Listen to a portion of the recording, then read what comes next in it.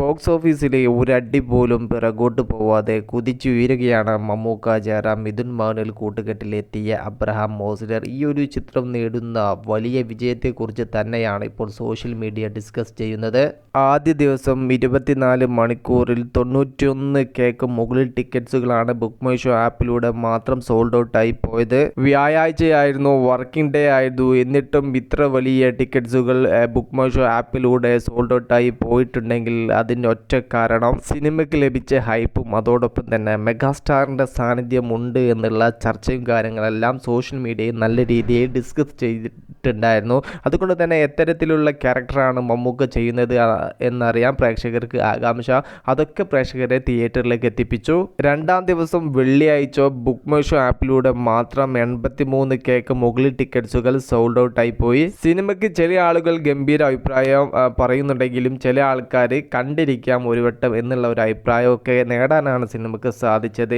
എന്നിട്ടും കളക്ഷനിൽ ഇടിവ് സംഭവിക്കാതെ പിടിച്ചു നിന്നു ചിത്രം. എന്നാൽ മൂന്നാം നാൾ ശനിയാഴ്ച 24 മണിക്കൂറിൽ ബുക്ക് മൈ ഷോ ആപ്പിലൂടെ മാത്രം സോൾഡ് ഔട്ട് ആയ ടിക്കറ്റ്സുകൾ എന്ന് പറയുന്നത് 94K മുകളിലാണ്. ആദ്യ ദിവസം സോൾഡ് ഔട്ടായി പോയതിനേക്കാൾ കൂടുതൽ ടിക്കറ്റ്സുകൾ സോൾഡ് ഔട്ടായി പോയി ശനിയാഴ്ച.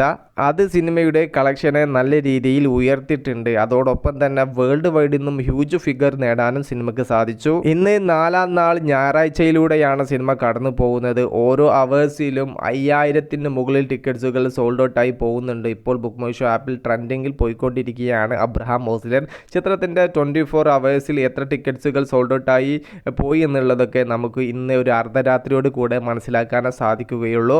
എന്തായാലും ഒരു കാര്യം ഉറപ്പിച്ച് പറയാൻ വേണ്ടി പറ്റും, 85K 110K ഇടയിലുള്ള ഒരു ടിക്കറ്റ്സുകളാണ് ഇന്ന് ബുക്ക് മൈ ഷോ ആപ്പിലൂടെ മാത്രം സോൾഡ് ഔട്ടായി പോവുക. 100K ടച്ച് ചെയ്യാൻ ബുക്ക് മൈ ഷോ ആപ്പിൽ ഇന്ന് ചിത്രത്തിന് സാധിച്ചാൽ അതായിരിക്കും ചിത്രത്തിൻ്റെ ഏറ്റവും വലിയ കളക്ഷൻ നേടുന്ന ദിവസമായി തീരുക.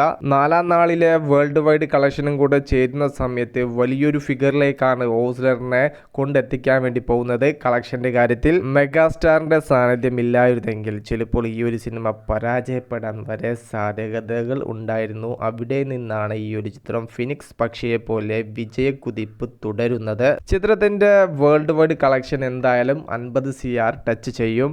എന്നാൽ കേരള കളക്ഷൻ എവിടെ ചെന്നെത്തും എന്നൊക്കെ നമുക്ക് വരും ദിവസങ്ങളിൽ കണ്ടറിയാം. നാലാം ദിവസമായ ഞായർ കളക്ഷനും കൂടെ ചേരുന്ന സമയത്ത് ഈ ഒരു ചിത്രം 11 കോടിക്ക് മുകളിലോ അല്ലെങ്കിൽ 11 കോടിക്കോ അരികിലോ കേരളത്തിൽ ടച്ച് ചെയ്യും. പിന്നീട് അങ്ങോട്ട് 5 ദിവസം വർക്കിംഗ് ഡേ ആണ്.